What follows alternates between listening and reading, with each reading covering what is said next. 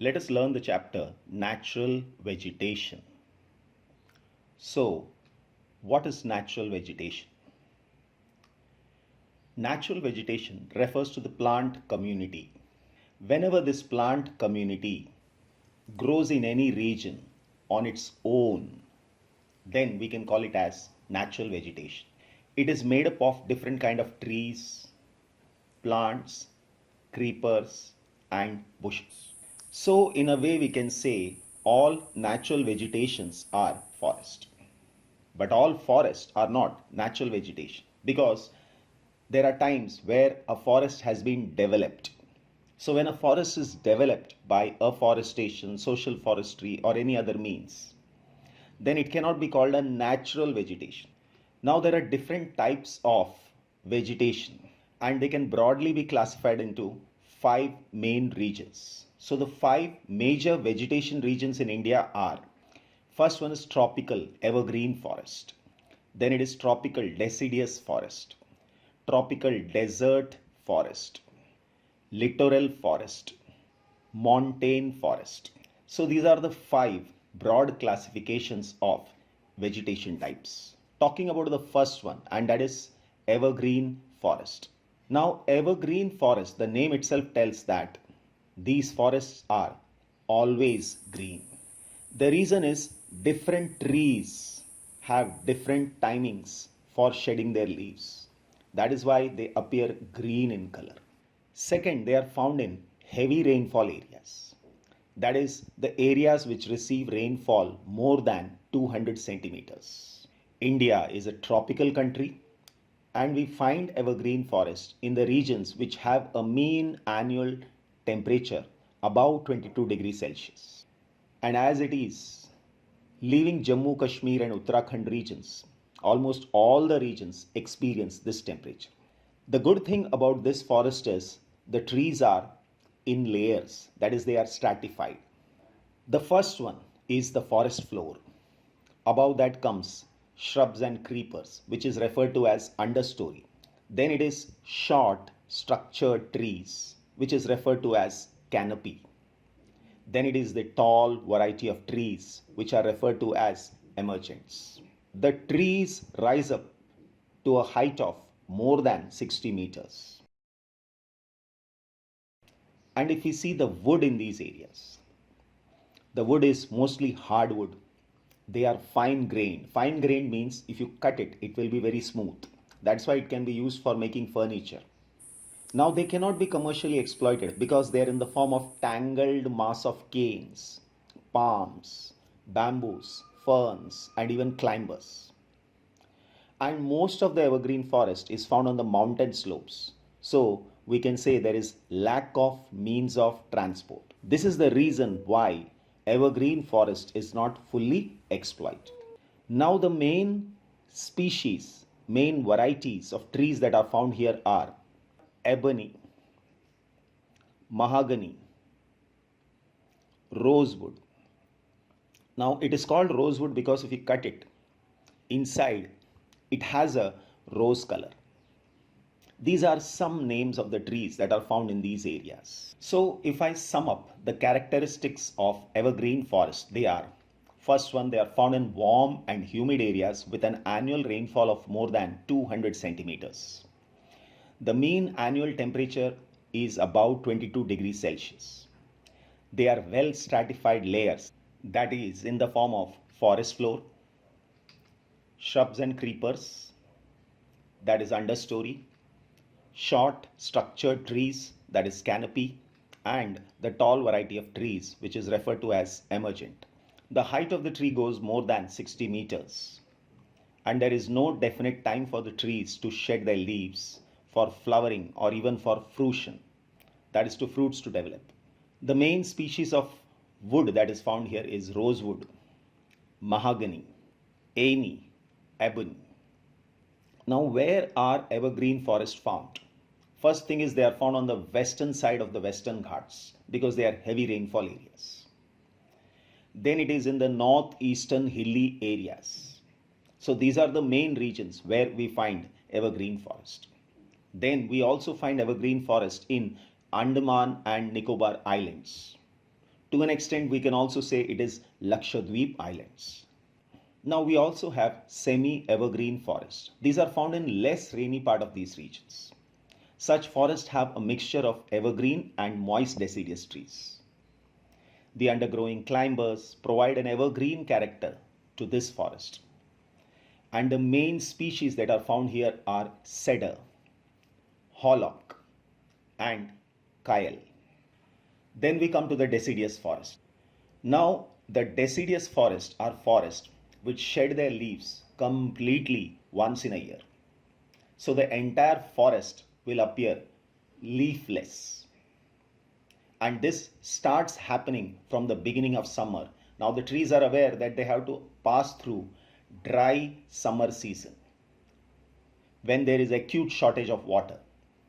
So the trees absorb the nutrients from the leaves. So the leaves dry up and then they finally fall down. When they fall down, it is good because they are helpful in forming manure. Now maximum part of India has this type of forest, that is deciduous forest. The deciduous forest can be broadly divided into moist deciduous forest and dry deciduous forest based on the rainfall. The moist deciduous forest is found in the regions where the rainfall is between 100 to 200 centimeters. And the dry deciduous forest is found in the regions where the rainfall is between 70 to 100 centimeters. So moist deciduous forests are found in the rainier areas of the peninsula and the plains of Uttar Pradesh and Bihar, in the higher rainfall regions of the peninsular plateau and even the northern Indian plains. So let us sum up the characteristics of moist deciduous forest. First one, they are found in the regions where the rainfall is between 100 to 200 centimeters. The subsoil water, that is underground water, is not enough for the trees to keep their leaves all the year round. So the trees in these forests shed their leaves during early summer and when the storage of water is acute. A particular species can be found over a large area, that is why they can be commercially exploited. The important trees that are found here are teak, sal, shisham, mahua, amla, semul, kusum, sandalwood. Now we shall learn about the tropical desert forest. When I talk about the tropical desert forest, they are mainly found in the regions where the rainfall is less than 50 centimeter. These regions experience a dry summer for a long period. They consist of a variety of grasses and shrubs called as scrub vegetation because they are found in the low rainfall areas. The vegetation is mainly xerophyte in nature. That is, they will have thorns, they will have small leaves. If the leaves are very big like cactus, they will be fleshy and thick. The roots will be going deep in the ground. The reason is they have to get water in regions of low rainfall. The vegetation that is seen in these regions are babool, ber, wild date palm. Then it is kher, neem, khejri, palash, and even cactus. Now, where are they found? They are found in the semi-arid areas of Punjab, Haryana, Uttar Pradesh, Rajasthan, Gujarat, and Madhya Pradesh. The next we learn about littoral and swamp forests. These are basically of two types. One, they are found near the freshwater swamps and they are found near the saltwater swamps. They are found in the coastline of India and wherever the seawater is entering the land in the form of creeks. Then they are found in the deltas, estuaries, lagoons. These forests are evergreen and they have roots. The roots that are exposed whenever there is a low tide because the water retreats. And when these roots are exposed, these roots can breathe. So they are special roots. The reason is there is not enough soil cover in the regions of littoral forest. and that is why the roots don't go deep in that, and that is why the roots don't go deep inside the soil. Now, the wetlands in our country have been categorized into 8 types. So, the littoral and swamp forests, where are they found in India? They are found in the reservoirs of the Deccan Plateau, in the south, together with the lagoons and wetlands of the southwestern coast. So, southwestern coast is the Malabar coast along Kerala. In Deccan Plateau region, we have plenty of tanks. Tanks are the depressions. They are found in the vast saline expanses of Rajasthan, Gujarat, and Gulf of Kutch. When I say Gulf, Gulf means a small water body surrounded by land from 3 sides. In India, we have Gulf of Kutch, Gulf of Khambat, and Gulf of Mannar. Then we have freshwater lake reservoir from Gujarat eastward through Rajasthan, then the Keolado National Park, and even Madhya Pradesh. We also see them in the delta wetlands and lagoons of India, which lie to the east, and they are Sundarbans, which is a part of the largest delta in the world, shared by India and Bangladesh. Chilka Lake, which is a lagoon. Lagoon is a shallow water body near the coastal areas, and the water in this area is brackish because the sea water mixes with it. Brackish means salty, but not as salty as seawater. Then it is Koleru. Koleru is a freshwater lake. Then it is Pulicat, and Pulicat again is a lagoon. They are found in the fresh water marshes of Gangetic Plain. These are referred to as Tarai regions. And in the Tarai regions, you will find settlements. You will find a lot of land converted into agricultural lands. But still, there are marshy areas in these regions. So we will find them even in these areas. Then there are floodplains of Brahmaputra. So floodplain means the regions near the rivers which regularly gets flooded. So floodplains are the regions that are close to the river. They are found in the river valleys, and in the rainy season they get flooded. Northeastern India and the Himalayan foothills.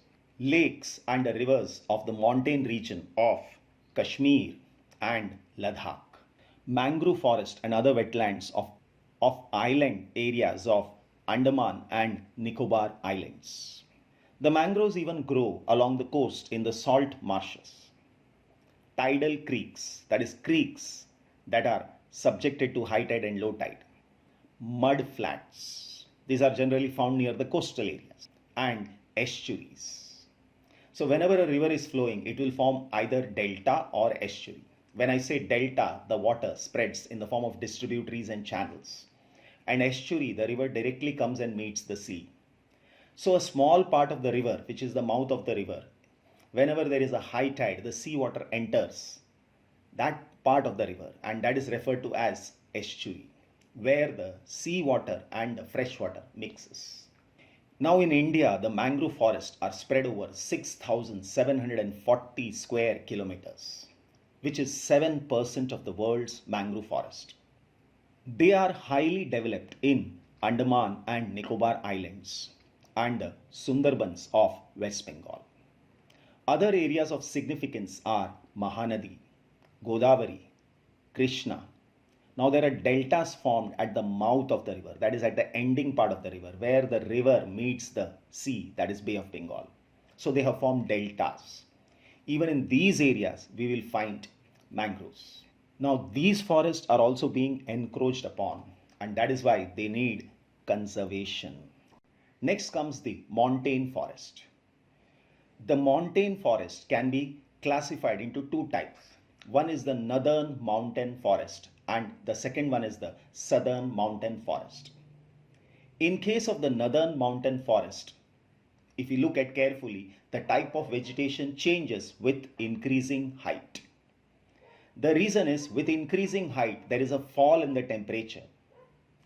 So there is a change in the temperature and precipitation.